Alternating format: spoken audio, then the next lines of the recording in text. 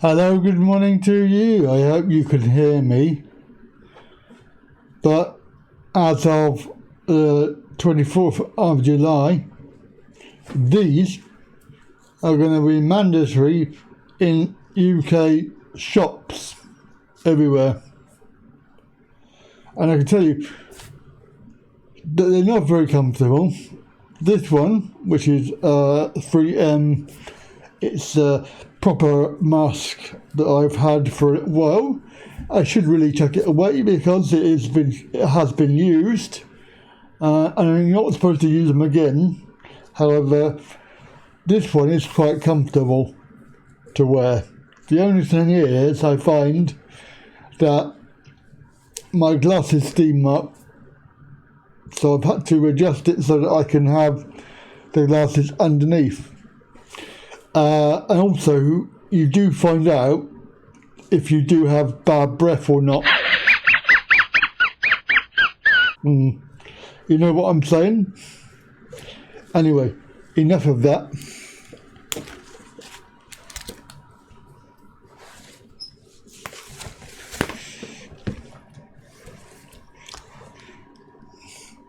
Enough of that nonsense.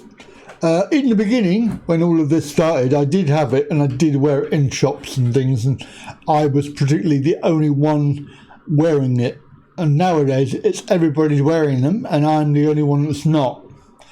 I have obviously done some research on this, and the jury basically, whichever side you take, whichever side of the fence, whether you believe that you are protecting other people from you, or whether you're protecting yourself from them, the evidence is debatable. Also, you have to look at some of the Asian countries that wear these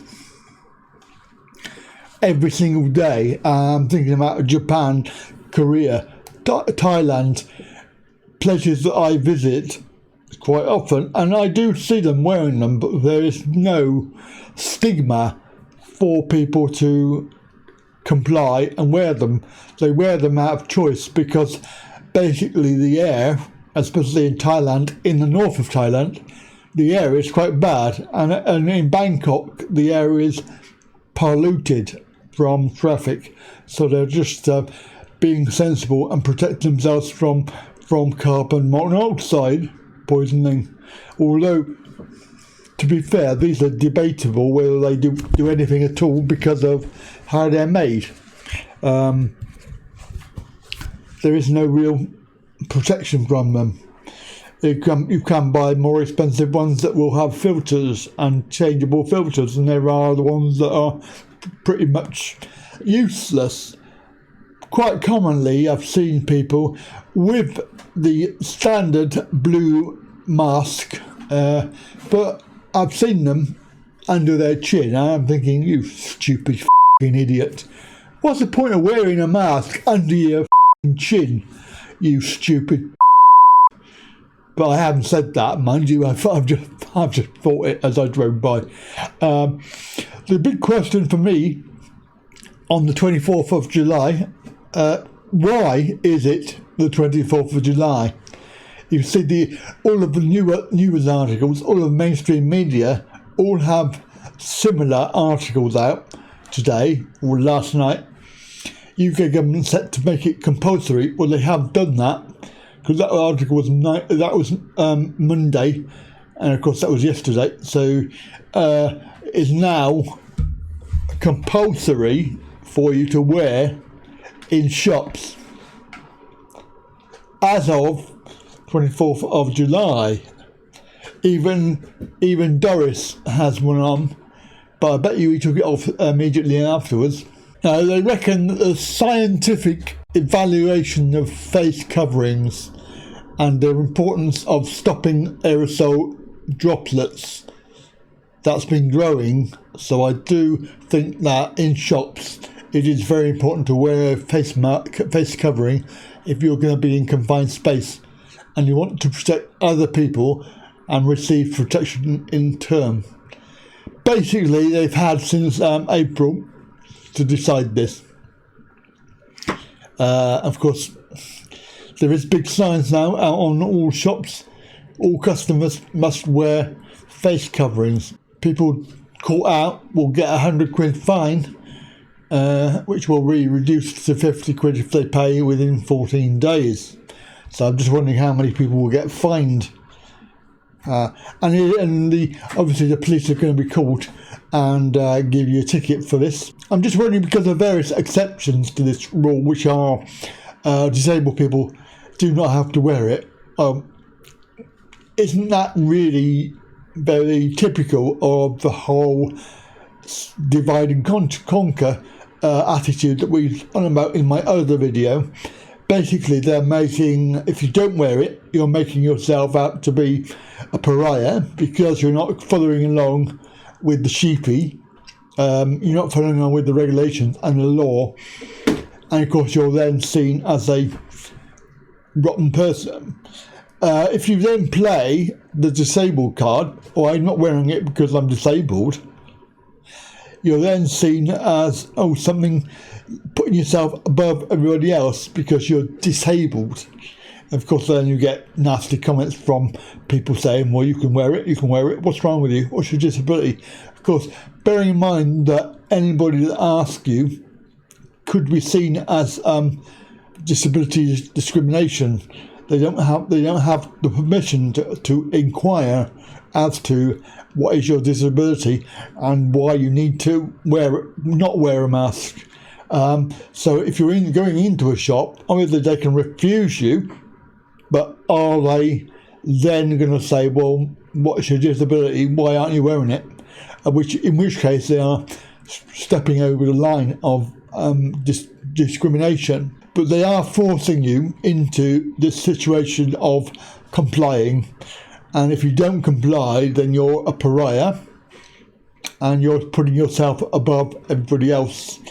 Now, I haven't worn a mask since the very first early days. And it made me feel really bad, really ill, in terms of when I took the mask off, I could breathe better. So I haven't bothered, but I have been very aware of who's around me and trying to stay away from people. But they obviously have not similar ideas because they're not very aware in space and time of who they're near. So generally you have to be aware of where they are for other people, which is very annoying when you're trying to shop. And then of course the big question is, why is it not now? Why not today? Why not tomorrow? Why do we have to wait 11 days? It doesn't make sense.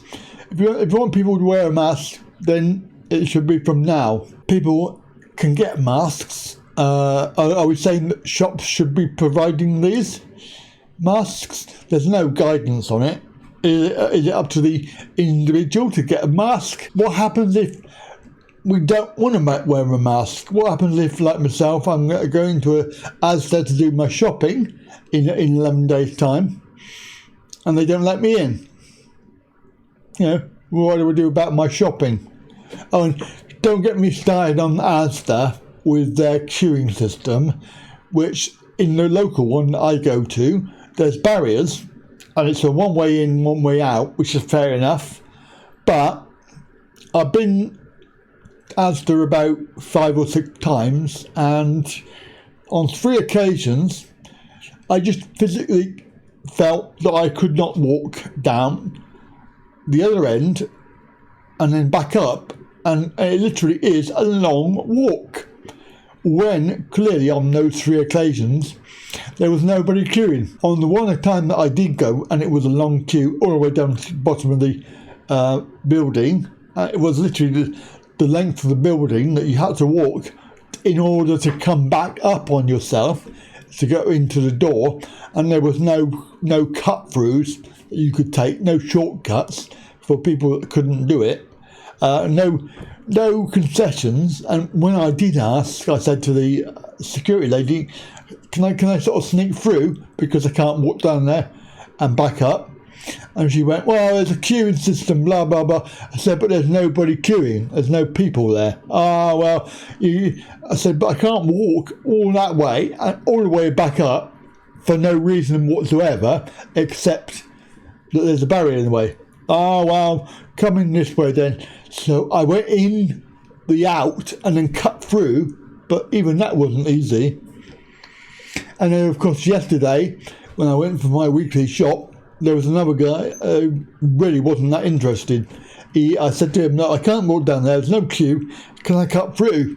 And he went, oh, well, and again, I was thinking, well, let's be fair here, it's a long way to walk. So I just said, I'll cut through here, can I cut through here? He went, oh, no, go down on the outside, down to the cashier tills, and cut through there. I said, well, why can't I just cut through here, where you put some baskets in the way to block the way?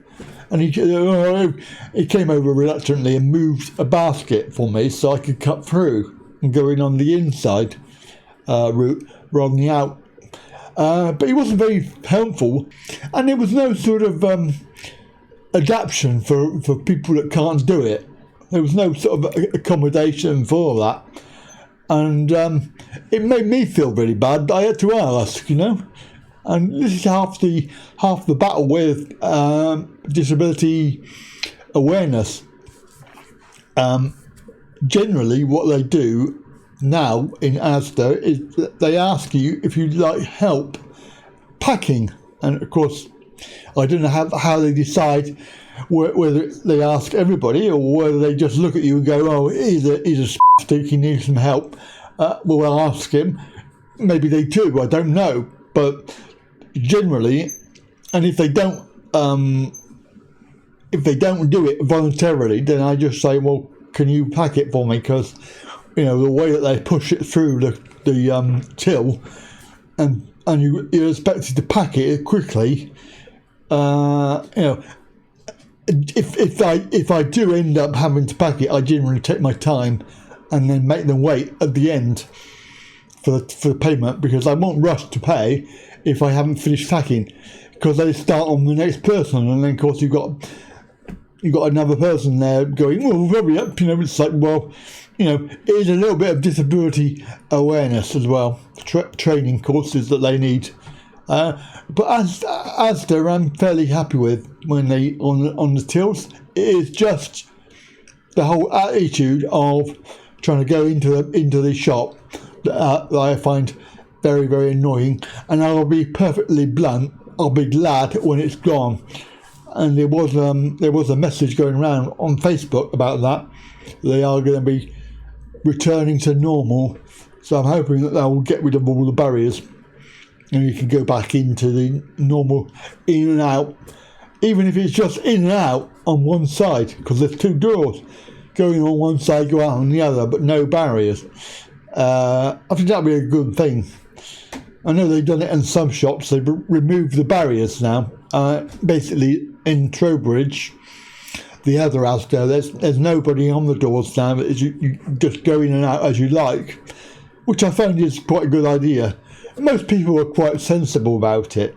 But as for masks, so masks are going to be compulsory. I don't think I'll be wearing one, but we'll see. I may not have any shopping in 11 days' time. Interestingly, I did notice that after I'd made the video, that there is a whole new ball game as far as making money out of this, even though they only charge a small amount of money. I did see that the Disability Horizons website, they've got an article about face mask exemptions, how to ensure that you don't get fined. And there's different types it goes on about, but the idea here is a face mask exemption card, which would get over the idea of people asking you, put one on, and you say to them, I don't have to because I'm exempt. The problem is that it's another way, it's identifying you as a disabled person, as far as I can see. Could be quite useful for some people, but it just makes you different. And of course, the other issue is that it's going to cost you some money. So it's going to cost you the lanyard and the card, if you have both, lanyard and card. Basically, you're going to be paying ID card with lanyard $4.95, and I believe that there's postage as well. So if I add to basket,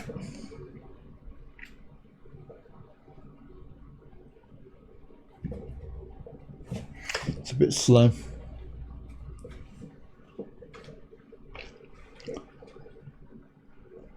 Add it to the basket. Where's the basket?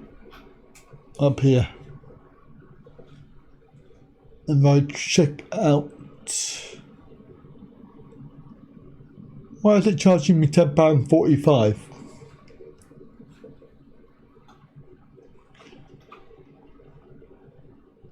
So it's asking me for 24-hour tracked delivery, £5.50.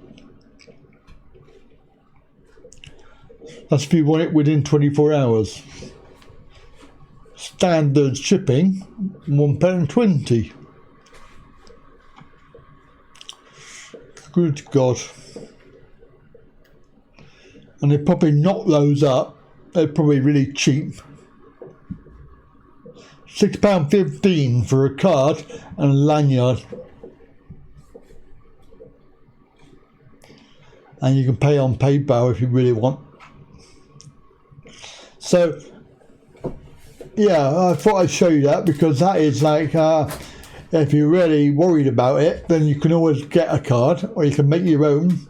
I know there's another website I saw, they have badges that you can put on, so exempt from mask.